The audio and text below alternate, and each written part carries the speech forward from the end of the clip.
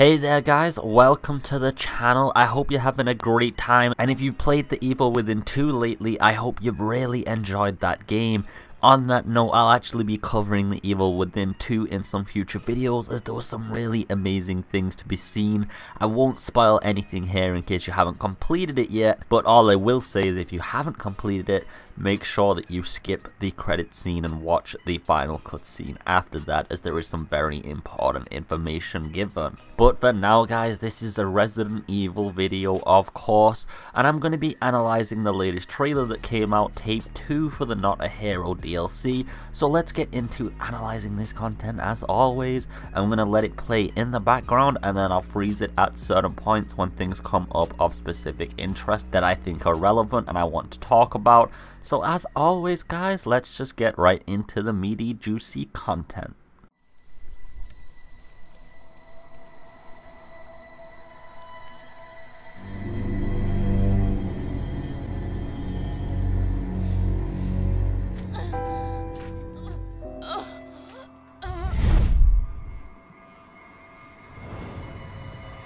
I had to use one of them. There's only one left.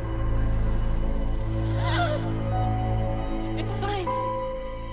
It was foolish thinking I could escape. I'm sure there's someone who can help. This is my home. Apparently I belong. I'll send help. Don't bother. There won't be anyone left to help. No! Evie, please! Alright, so as you guys can see, I was clearly wrong, and I'm gonna hold my hands up high about that, by the way. That's something that you gotta do when you were wrong. It looks like Mia and Zoe might not have multiple choices for the DLC, so regardless of whether you chose Mia or Zoe in the main game, it probably has no influence on the DLC, and it definitely looks like Mia being chosen as the person to cure was the canon ending after all, and what is definitely being shown and portrayed here. It looks like after the events, Zoe went into the local bayou forest somewhere, maybe just to contemplate things for the time, but at some unspecified point, probably around the time that Ethan was coming up to Evie's final encounter, Zoe was calcified and assumed dead.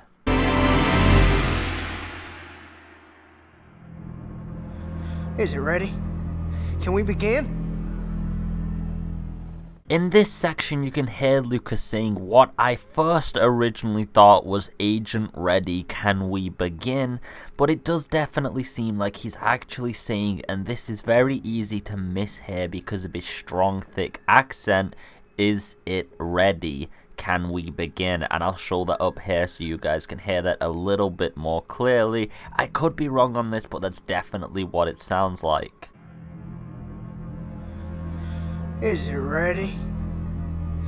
Can we begin?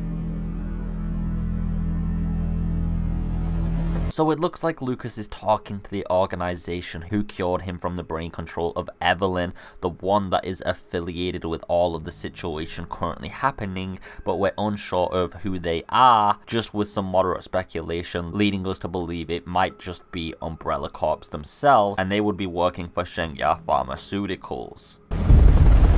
Chris, did we lose him? No. Ethan Winters has been secured. He's alive and well considering. And Lucas Baker? Right now, he's our only link to the connections. He's next on my list. We didn't get much from the first unit before we lost contact. We're still analyzing the data, but it looks like he's been running experiments with an E-type mutamycete. Come on out, Lucas.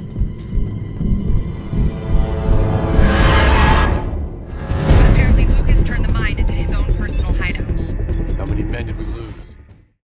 Alright guys, so basically we just had a ton of information given to us, and I'll be going over this with a close eye, as I think there's some things people may have missed. First off, if you look at the normal mine, and even in the base game, there's not really much materials in the mine itself. It looks very neglected, and the machinery in it is very outdated, rusted, or just destroyed in general. This is kind of strange, because when you do delve deeper within the mine, you apparently find some sort of lab or environment that reminds us of an Umbrella facility, very much so, and thus the story of the mine and the location as well as the bakers, this all seems a little too coincidental, almost as if Umbrella had found something here previously and established a facility before their downfall. You also get a first look at the toxic gas that has been mentioned multiple times. Now this is going to require you to use your gas mask and micromanage your oxygen, but also in my opinion there is a possibility that the gas may be flammable, restricting your use of firearms within. What looks to be like some sort of quarantine chamber or test environment, far too advanced and refined for Lucas to build himself, even with his set of skills, because of his lack of a manufacturing plantation or the resources and money required is shown here. So the implication to be given is that this facility was built far before Lucas was around. However, have you not noticed how clean it looks, almost as if it's still being actively used? And has been for a long time. The next screenshot is quite interesting as it shows a story to be told. This is clearly a lab that was testing on somebody and something went very, very wrong. Now there's a couple of specific things to take into account here. First, there's a bar stool next to the bed, showing that whoever was in the bed was attended to and cared by somebody profusely, almost on demand. And because of the room setup, it looks like they almost lived together. Second, there is a wheelchair in the corner, implying that an old person was in the room at some point. Now, I get the idea that this could mean two things. Either Lucas was experimenting with the E-series, as was said in the trailer, to try to make a perfected form himself, and thus that means, astonishingly and also just kind of horrifically, Lucas has been testing on children and then they've been rapidly aging and dying, and it looks like one of these children might have actually rebelled before this has happened, and this is why we have a new hive mind. It's quite a good explanation and it does make a lot of sense. However, how many children Lucas has been experimenting on to achieve this is beyond me, and that sets up quite a malicious character for him, but there's some further evidence to compound this theory later, so we'll come back to this one, and I just want you guys to keep it in mind. The other idea is that Evelyn herself was being used at some point and transported to this room to be experimented on, and then the same theory still holds true, that then Lucas was using it later on other children, and this is where the new hive mind comes from. So either way, Evelyn was in this experimentation. Whether she was directly related to this room's incident or not, however, I guess we'll see in the final DLC. We can clearly see though, based on the blood prints on the room and the state of it, whoever was being kept in here and tested on has definitely escaped the facility.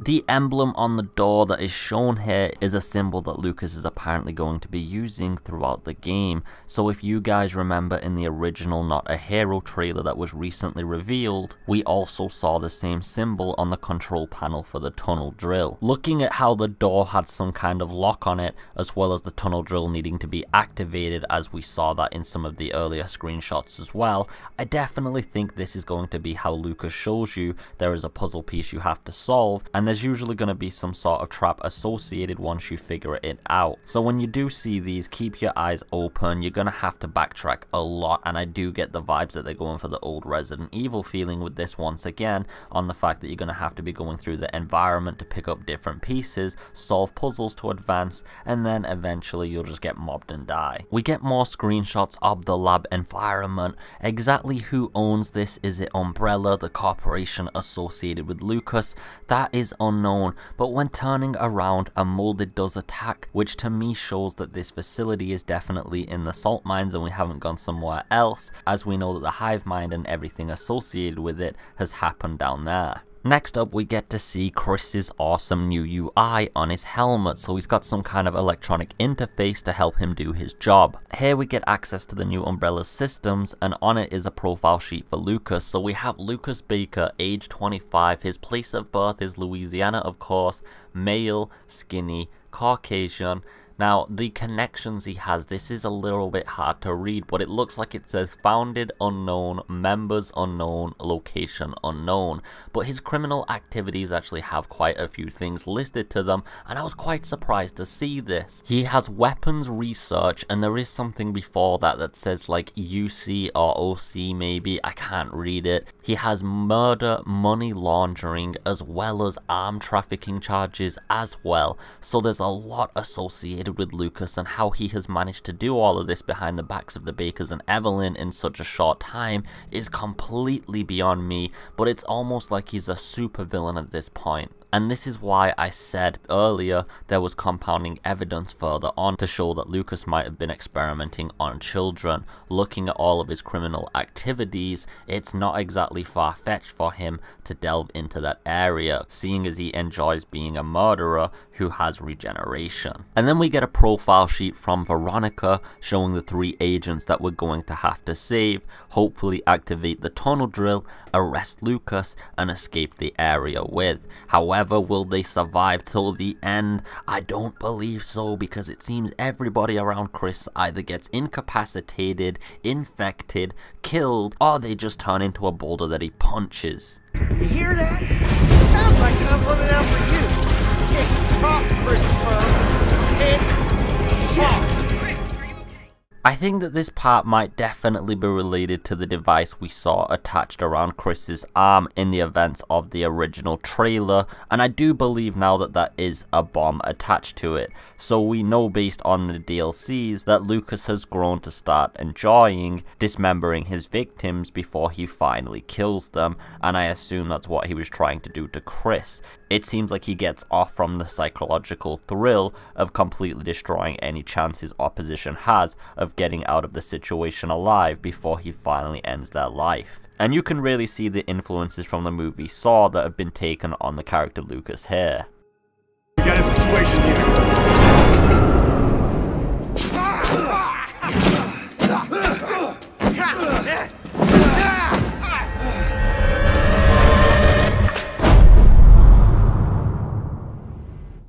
If you guys thought that was the end of the spicy secrets, you were surely wrong.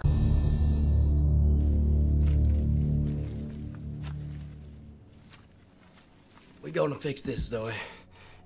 You're my family.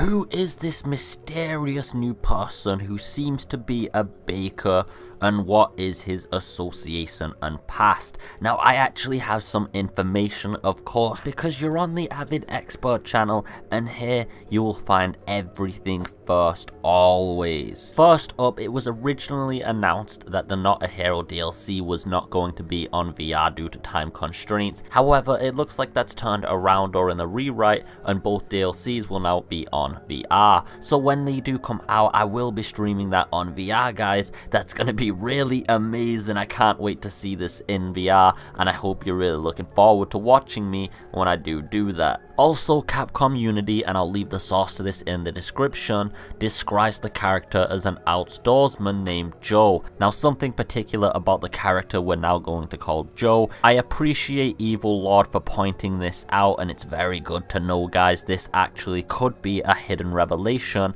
and the foreshadowing of this character. Now, there's some dog tags around the character's neck, however, there is also a peace sign. So it's very likely this character was a soldier in the past, and due to the events that they saw, they turned their life perception around, and that's why they now have the peace sign and they've took up a pacifist route. However, that's going to be interesting, a pacifist, because the character calls Zoe his family, and of course is Resident Evil, so he is going to be forced to fight to defend her, and that's going to challenge his principles overall. Now, although the character called Zoe his family, there is something I want to note here. Considering the dog tags and the fact that we all know that Jack Baker was in the military, if you remember the photo in the original game, it is quite likely that Jack and this man served together in the war and that they moved back to the same area afterwards. Jack and Joe might have actually been very, very close friends, and they consider each other family because of that, and thus Joe might consider Zoe his niece by perception but not by blood. Whether or not this is actually a Baker, we'll have to find out in the full DLC, but I do hope that little analysis there has helped give you a little bit of food for thought. If you enjoyed the video, guys, don't forget to hit that subscribe and like button and leave a comment especially. All of these things would be appreciated if this video helped you or entertained you at all. I'm really looking forward to seeing the final DLCs, and I'm going to be making a lot more content now that this trailer has come out, and I'm also going to be making some Evil Within 2 videos, so if you're looking forward to that game and theories on that, then yeah, we got you covered for content. Anyway guys, as always, I just want to say have a beautiful day, take it easy, and peace.